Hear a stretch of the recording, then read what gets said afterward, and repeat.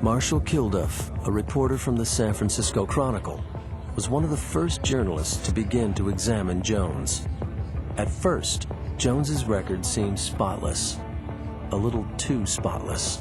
I think Jones, by and large, had a benign and positive image. I don't think most people knew him real well, but publicly, if you asked any political leader or social leader, they said, yeah, he's a good guy. But here's the interesting thing. As I got more interested in Jones, I would ask some of the same people in a kind of quiet way off the record, and they said, there's something odd about this guy. There was something eerie about this guy, the way he had total mastery over this finger-snap army that he could get to show up anywhere. The power Jones exerted over his followers didn't escape Marshall Kilduff. His in-depth interviews with ex-members of the cult uncovered disturbing details about life on the inside. The malignant narcissist has a desire deep down of bringing down other people in a way that they feel brought down. And that leads to extremes. According to Kilduff's research, people were working inhumane hours, often 7 days a week, on the temple's various programs. At the temple itself, members were forced to confess to fabricated crimes for which they would be given vicious beatings. Ex-members asserted even children were being abused in this way. According to their descriptions, Jones was a classic cult leader, using spirituality to exert power psychologically and sexually over his cult. But were these allegations true? I thought I knew a lot while I was there, but what I was saying was not what the reality was. Jones using drugs. I didn't know he used drugs back then. The combination of heroin and speed, that's pretty potent stuff. I didn't know that he was having sex with everybody. It's easy to see now, but you don't think that the leader is nuts. San Francisco isn't the safe haven Jones thought it would be. And as the pressure builds, he is starting to lose control. He's disturbed. But exposing the truth about a cult leader can have deadly consequences.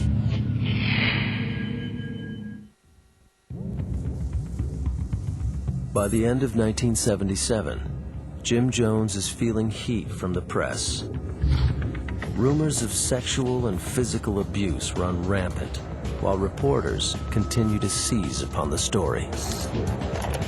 I mean, we have conspiracies to deal with. I could name you 15 different conspiracies. Those who want to break progressive, nonviolent forces working for change within society, they've got a great willingness to be cynical and believe the worst about people. You don't hear much promotion of good things about people, but you sure hear a hell of a lot bad. Again, feeling persecuted, Jim Jones loads up the buses one last time.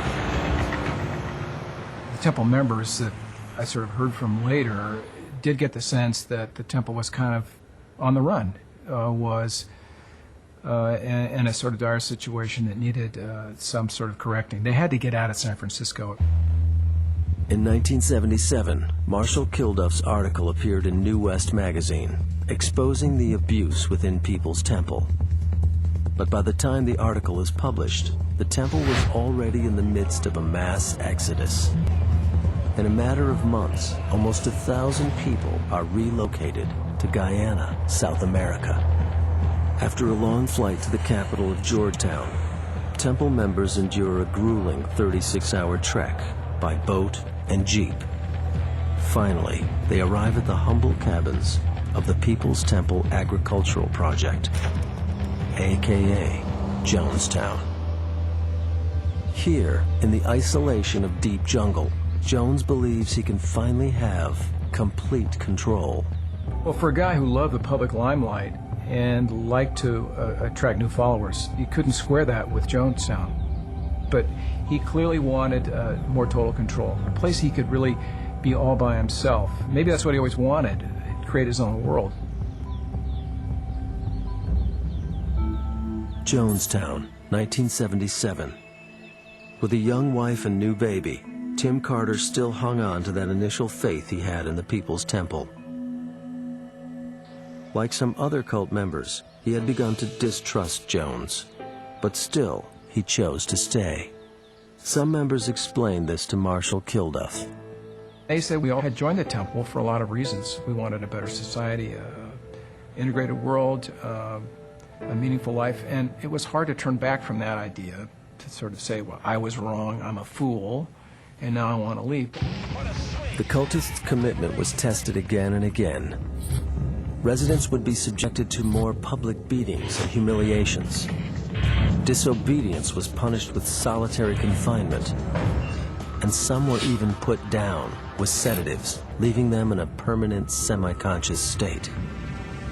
The extreme tactics were justified by Jones's paranoia. He believed they were under siege. Well, this whole siege mentality was developed by Jones as a way to draw people closer to the temple. As it became more cut off, more estranged from the real world, the members were made to feel kind of on edge. The senses were just overloaded. You worked hard, you were given lousy food, you were told your life was endangered. So they were really driven to distraction by a series of these kinds of treatments. Like all cults, the People's Temple had gone through a metamorphosis. What was supposed to be an oasis of communal living, a socialist paradise of brotherly spirit, had quickly changed into a police state. The hippie commune had become a prison camp. But the transformation of Jonestown was merely a reflection of the change in Jones.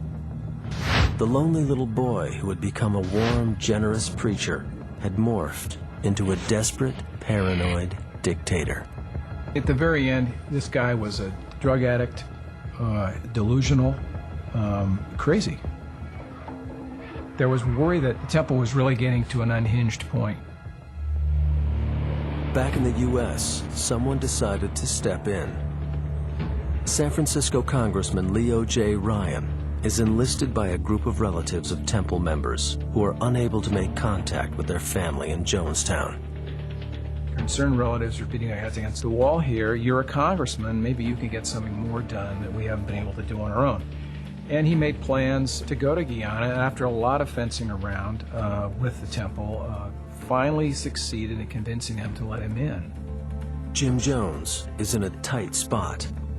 He's been chased from Indiana to California, all the way to Guyana. And now, a congressman is showing up at his front door. The pressure is pushing Jones to the edge, and there's nowhere left to run. On November 17th, the congressman arrives in Jonestown with his aides, a few journalists, and members of concerned relatives. At first, Ryan is genuinely impressed. A few conversations I've had with some of the folks here already this evening that whatever the comments are, there are some people here who believe that this is the best thing that ever happened to them their whole life. But at some point during the show, a note is passed to one of the guests. A temple member wants to leave Jonestown. The news starts a domino effect, and others begin approaching Ryan and saying that they too are being held prisoner. Soon, a group of 9 are ready to leave with the congressman. Jones is disappointed. Leave us. I just beg you, please leave us. Bill, we will bother nobody. Anybody wants to get out of here can get out of here. These people get ready to go. It's these 9 people are leaving with the congressman. It's about 1:30, 2 o'clock in the afternoon when just out of nowhere, the sky turned, I'm not talking metaphorically, the sky turned almost black. It was a freak storm. It's like evil itself blew into Jonestown. Everything changed. Everything changed on that wind and on that storm. Ryan and his entourage are forced to wait out the storm. But Jim Jones knows that he cannot allow anyone to leave Jonestown. You could see on his face, his mood changed. He just got darker. I'm talking about his energy got darker, uglier. In an act of desperation, Jim Jones orders an aide named Don Sly to do the unthinkable. And he walked up behind Ryan, and all of a sudden he pulls out a knife and he says, "All right, motherfucker, you're gonna die." Tim Carter and others wrestle the assailant to the ground. The congressman is unhurt, though shaken, and quickly leaves Jonestown. It's hard to even describe the horror that I felt, or the shock. I have been playing peace and love for all these years, you know, and I woke up with a murderous monster, you know, as a leader. A few hours later, Congressman Leo J. Ryan, along with 4 others from the group, is gunned down at Port Kaituma airstrip in Guyana on strict orders from Jim Jones.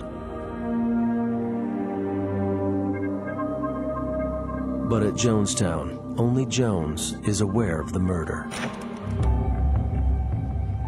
Calm and collected, he calls a meeting at the main pavilion.